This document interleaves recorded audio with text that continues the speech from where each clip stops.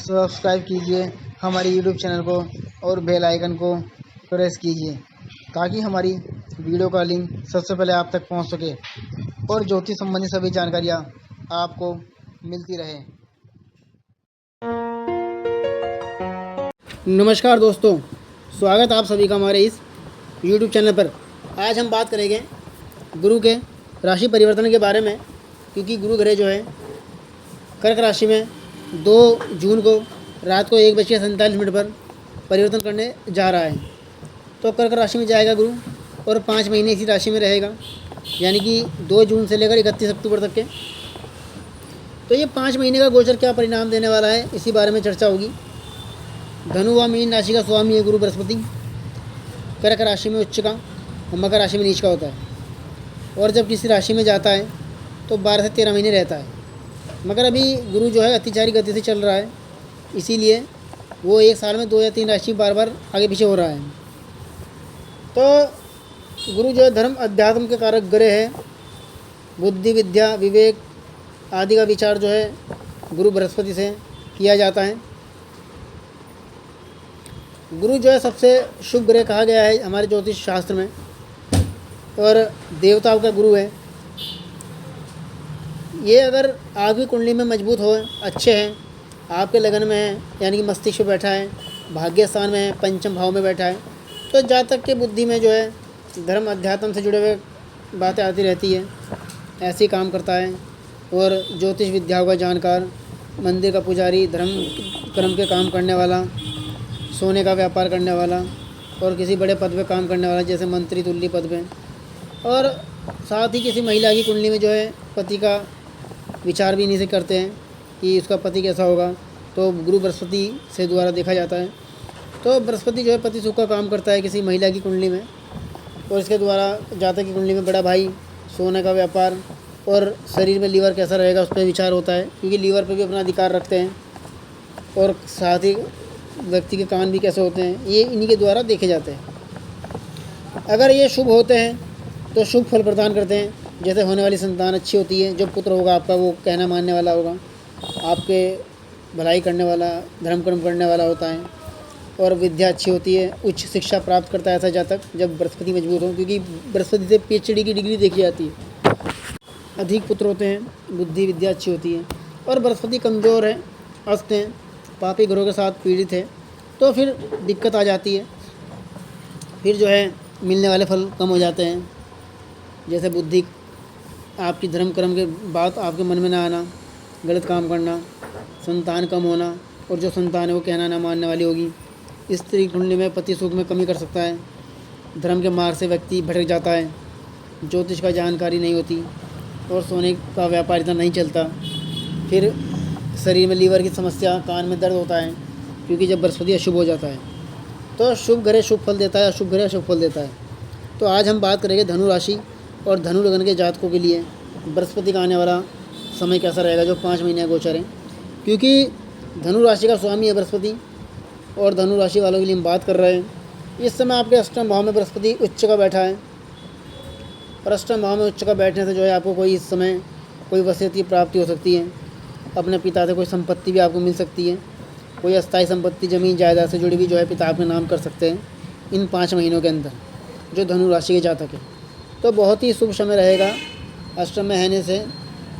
और थोड़ा बहुत बीच बीच में गाड़ी अगर चला रहे तो थोड़ा सावधानी बरतनी होगी, क्योंकि अष्टम भाव में है, तो गाड़ी वाहन अगर चला रहे हो थोड़ा सा सावधानी, आयु पर संकट भी आ जाता है, कई बार एक्सीडेंट का खतरा बन जाता है।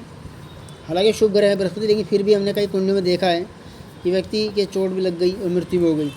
तो इसलिए उस उच्च का बृहस्पति है, तो आपको सावधानी बरतनी होगी जो धनु राशि के लोग हैं और धनु लगन के। अब बात करते हैं बृहस्पति की 3 दृष्टि भी होती है, 5वीं 7वीं और 9वीं। तो 5वीं दृष्टि बृहस्पति की जो है आपके 12वें स्थान में पड़ेगी। यहाँ पर दृष्टि होने से जो है कहीं बाहर क्षेत्र की यात्रा, यानी बाहरी क्षेत्र की यात्रा करने का अवसर मिलेगा, और साथ ही कहीं जा सकते हो दूर नौकरी को लेकर। इसके अलावा आपकी कुंडली में जो है भाग दौड़ लगातार होगी। साथ ही ये बृहस्पति जो है आपके लिए शुभ फल प्रदान करने वाला है। बाहरी क्षेत्र के लोगों से संबंध मजबूत हो गए, बाहर की यात्रा होगी, नौकरी और व्यापार को लेकर आप जा सकते हो, क्योंकि कोई भी यात्रा नौकरी व्यापार संबंधित हो सकती है, या किसी काम को लेकर भी जा सकते हो, क्योंकि बृहस्पति आपकी कुंडली में लगन का और सुख का स्वामी होकर अष्टम में बैठा है और दृष्टि कर रहा है 12वें स्थान को। हालांकि इस समय आँखों में अगर कोई दिक्कत आ रही थी, दर्द की शिकायत थी, तो वो अब कम हो जाएगी। दवाई भी जो खा रहे थे पहले से वो भी थोड़ी कम होगी। और इसके अलावा अब बात करेंगे हम आपकी कुंडली में जो है 7वीं दृष्टि की। तो 7वीं दृष्टि आपके धन स्थान पर पड़ रही है। धन स्थान पर जो 7वीं दृष्टि पड़ रही है वो नीच की दृष्टि है।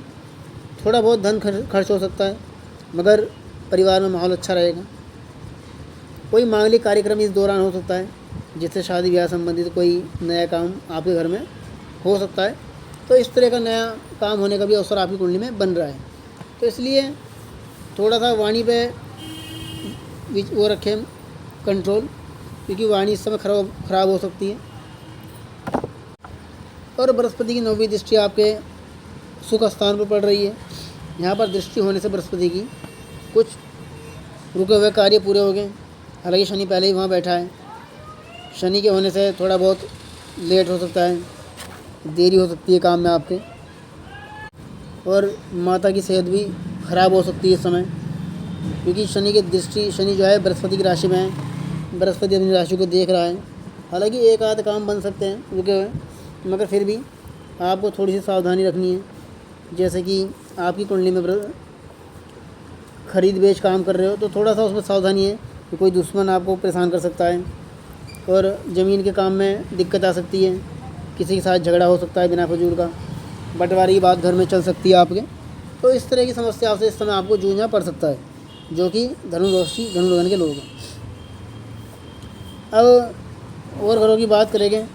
पहले हम बात कर लेते हैं राहु की। राहु आपका पराक्रम भाव में है, और यहाँ पर बैठा हुआ राहु जो है आपके पराक्रम को बढ़ाएगा। यहाँ पर बैठा हुआ राहु बड़ा अच्छा है, भाग दौड़ कराएगा, लेकिन आपको रिजल्ट भी देगा, क्योंकि यहाँ पर राहु बैठ के जो है आपकी कुंडली में पराक्रम भाव को देख रहा है, और यहाँ पे राहु की दृष्टि होना आपके लिए अच्छी है। भाग्य स्थान पे वहाँ केतु बैठा है, तो राहु केतु आमने सामने है।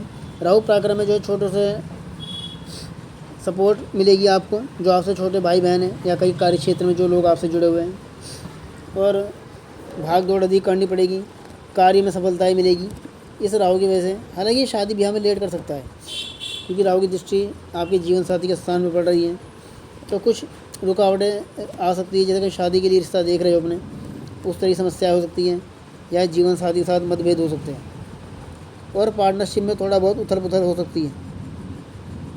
केतु भाग्य स्थान में है। केतु जो है मोक्ष का कारक होता है कुंडली में, तो केतु का यहाँ पर होना आपके लिए भाग्य उन्नति करेगा। धर्म संबंधी कार्य कर सकते हैं, मन में तीर्थ यात्रा का विचार आ सकता है, कुछ नई चीज़ें करने को मिलेगी, अपने घर के लोगों से सपोर्ट मिलेगा आपको, नौकरी में सफलता मिलेगी, क्योंकि दशम भाव का स्वामी बुध जो है केंद्र में है, शुक्र के साथ है, और यहाँ पर बैठ के बुध जो है पंच महापुरुष योग बना रहा है, जो कि आपके लिए बड़ा ही शुभ योग है। सूर्य 6ठे स्थान में आपके, फिर सूर्य 15 जून को जो है मिथुन राशि में आ जाएगा। तो सूर्य के यहाँ पे होने से कोई रिजल्ट अगर इस दौरान आएगा शुरू में, तो आपके पक्ष में रहेगा, अच्छा रहेगा, प्रतियोगी परीक्षाओं में सफलता मिलेगी, और कर्जों से मुक्ति होगी। मंगल आपका पंचम भाव में बैठा है।